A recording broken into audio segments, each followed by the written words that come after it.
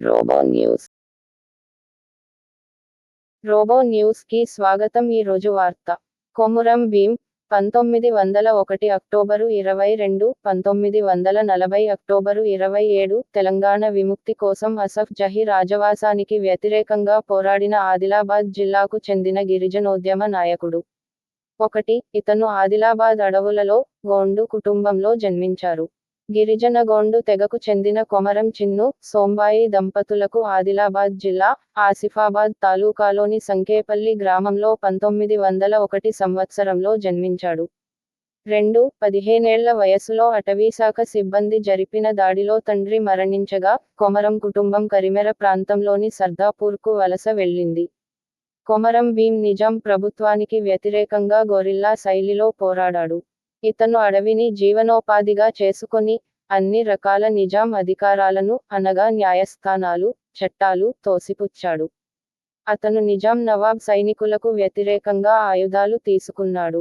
పశువుల కాపర్లపై విధించిన సుంకానికి వ్యతిరేకంగా, తమ భూమిలో తమదే అధికారం అని జల్ జంగల్ జమీన్, భూమి, అడవి, నీరు మాదే అనే నినాదంతో ఉద్యమించి వీరమరణం పొందాడు. కొమురం భీం భారతదేశంలో ఆదివాసీల హక్కుల కోసం జరిగిన పోరాటాలు చరిత్రాత్మకమైనవి. ఆదివాసీలపై నిజాం నవాబు సాగించిన దోపిడీ, దౌర్జన్యాలను ప్రశ్నిస్తూ వీరోచితంగా పోరాడి ప్రాణాలర్పించిన కొమురం భీం జల్ జంగిల్ జమీన్ నినాదానికి ప్రతీకగా నిలిచిపోయుడు.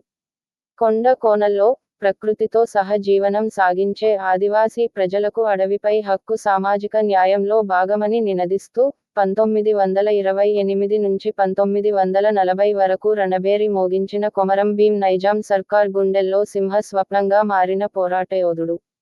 భీం కుటుంబం 17 ఏళ్ల వయసులో అటవీశాఖ సిబ్బంది జరిపిన దాడిలో తండ్రి మరణించగా కెరమెరి ప్రాంతంలోని సర్దాపూర్కు వలస వెళ్ళింది.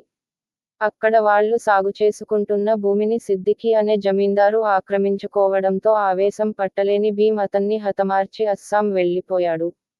అక్కడ 5 ఏళ్ల పాటు కాఫీ, తేయాకు తోటల్లో పనిచేస్తూ గడిపిన భీం తిరిగి కెరమెరి గ్రామానికి చేరుకున్నాడు. నిజాం నవాబు పశువుల కాపర్లపై విధించిన సుంకానికి వ్యతిరేకంగా గిరిజనులను ఒక్కతాటిపై నడిపించి ఉద్యమించాడు. ఆసిఫాబాద్ పరిసర ప్రాంతాలు, జోడేఘాట్ గుట్టలు కేంద్రంగా నిజాం నవాబుపై గెరిల్లా పోరాటాన్ని కొనసాగించాడు. భీంకు కుడిభజంగా కొమురం సూరు కూడా ఉద్యమంలో పాల్గొన్నాడు. 3. వెడ్మ రాము 4 కూడా భీంకు సహచరుడిగా ఉన్నాడు. కుర్దు పటేల్ అనే నమ్మకద్రోహి ఇచ్చిన సమాచారంతో నిజాం సైన్యం 1940 అక్టోబర్ 27న జోడేఘాట్ అడవుల్లోని కొమురం భీం స్థావరాన్ని ముట్టడించి భీంని హతమార్చారు. నిజాం సైన్యం మీద, అటవీ సిబ్బంది పైన కొమరం కొదమసింహంలా గర్జించాడు. కుర్దు పటేల్ అనే నమ్మకద్రోహి ఇచ్చిన సమాచారంతో, అర్ధరాత్రి కొమరం భీము స్థావరాలను సైన్యం చుట్టుముట్టగా జోడేఘాట్ అడవుల్లో 1940 అక్టోబర్ 27న, అంటే ఆదివాసీలు పవిత్రంగా భావించే ఆశ్వీయుజ శుద్ధ పౌర్ణమి రోజున కొమరం భీం వీరమరణం పొందాడు. అప్పటి నుంచి ఆ తిథి రోజునే కొమరం భీం వర్ధంతి జరుపుకోవడం ఆదివాసీల ఆనవాయితీ. ఆదివాసీ ఆత్మగౌరవ ప్రతీక కొమురం భీం. స్వయం పాలన, అస్తిత్వ ఉద్యమాల వేగుచుక్క. భీం పోరాట పందానే చివరకు సరైన మార్గమని, తన జాతి ప్రజలను విముక్తి చేస్తుందని అక్షరాల నమ్మిన ఆదివాసీ పోరాట యోధుడు. ఆదిలాబాద్ అడవుల్లో భీం పోరాటం జరిగి నేటికి 72 ఏళ్లు పూర్తి కావస్తున్నది. ఇప్పుడు ఒక ప్రత్యేక సందర్భంలో భీం వర్ధంతిని ఆదివాసీ సమాజాలు జరుపుకుంటున్నాయి. స్వయం పాలన కోసం తెలంగాణ ప్రజలు అలుపు ఎరగకుండా ఉద్యమిస్తున్న సందర్భం నేడున్నది. స్వయం పాలన కోసం ఉద్యమిస్తున్న ఆదివాసీ సమాజాలను క్రూరంగా అణచివేస్తున్న ప్రభుత్వాలు కండ్ల ముందు కనబడుతున్నాయి. దేశంలో తమ హక్కుల సాధన కోసం ఆదివాసీ సమాజాలు ఉద్యమించిన సందర్భాలు అనేకం ఉన్నాయి. బ్రిటిష్ చట్టాలకు వ్యతిరేకంగా బిర్సాముండా, సంతాలు తిరుగుబాటు చేశారు. జల్, జంగల్, జమీన్ కోసం సాయుధ పోరాటాలు చేశారు. తమపై సాగుతున్న అన్ని రకాల దోపిడీ, పీడనలను ఎదిరించారు. చరిత పుటలో అనేకసార్లు ఓటమి చెందినా తమ జీవితమే యుద్ధమైన చోట తమ అస్తిత్వం కోసం అలుపెరుగని పోరాటాలు నేటికీ చేస్తున్నారు. ఆదివాసీ భూరక్షణ చట్టం 1/70 చట్టాన్ని అమలుపర్చడం లేదు. అన్యాక్షికాంతమవుతున్న అడవులను, భూములను పట్టించుకోదు.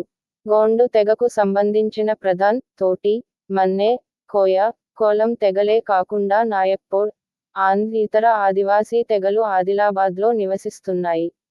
ఇప్పుడు వీరి మనుగడ ప్రశ్నార్థకంగా మారింది. 1975కు పూర్వం వలస బంజారాల జనాభా కేవలం 10,000నని హైమండార్ఫ్ స్పష్టం చేశారు. ఇప్పుడు వీరి జనాభా పదింతలపైన ఉంది. వలస వచ్చిన వాళ్లు ప్రజాప్రతినిధులవడంతో వీరి కష్టాలు రెట్టింపయ్యాయి. ఆదిమ సమాజం వీరి వల్ల రక్షణలను కోల్పోతున్నది. ఇలాంటి పరిస్థితిలో ఆదివాసీల మనుగడ కష్టమేనని ఆదివాసీ నాయకులు మదనపడుతున్నారు. ఆదివాసీల రక్షణ ప్రభుత్వానిదే అయినప్పుడు నిర్లక్ష్య ధోరణితో వ్యవహరిస్తున్న ప్రభుత్వాల వైఖరిలో మార్పు రావడం లేదు. ఏటా విషజ్వరాలతో ప్రాణాలు కోల్పోతున్నా ఆదివాసులకు కనీస వైద్య సౌకర్యాలు అందడం లేదు. ప్రతి ఏటా 200 నుంచి 300 మలేరియా మరణాలు సంభవిస్తున్నాయి. పోషకాహారలేమితో మరణిస్తున్న పిల్లల సంగతి లెక్కేలేదు. భీం పోరాటం చేసిన ప్రాంతంలో జోడేఘాట్ నేటికి తాగడానికి నీళ్లు లేవు. సరైన సదుపాయాలు లేకపోవడంతో ఆదివాసీ సమాజాల జీవన ప్రమాణాలు క్షీణిస్తున్నాయి. భీం పోరాటం జరిగి 70 ఏళ్లు అవుతున్నా ఆ పోరాట స్ఫూర్తి నేటికీ ఉంది. అది మరో ఇంద్ర పోరాట రూపంగా పెల్లుబకవచ్చు. ప్రభుత్వాలు మరో ఉప్పెన రాక మునుపే మేల్కొనాలి. అస్తిత్వ ఉద్యమాలు కొనసాగుతున్న నేటి తరుణంలో 1940లోనే ఆత్మగౌరవం, స్వపరిపాలన పునాదులుగా కొమురం భీం సాయుధ తిరుగుబాటు చేశాడు. అతని ముందు చూపు వివిధ ఉద్యమాలకు ప్రేరణగా నిలుస్తున్నది. బాబేజురి లోద్దుల్లో 12 గూడేలపై రాజ్యాధికారం కోసం తుడుం మోగించిన కొమురం భీం వారసత్వం నేటికీ దండకారణ్యంలో కొనసాగుతున్నది. 2009 డిసెంబరు 17న హైదరాబాదులో కొమురం భీము విగ్రహం నెలకొల్పుటకు ప్రభుత్వం ప్రకటించింది.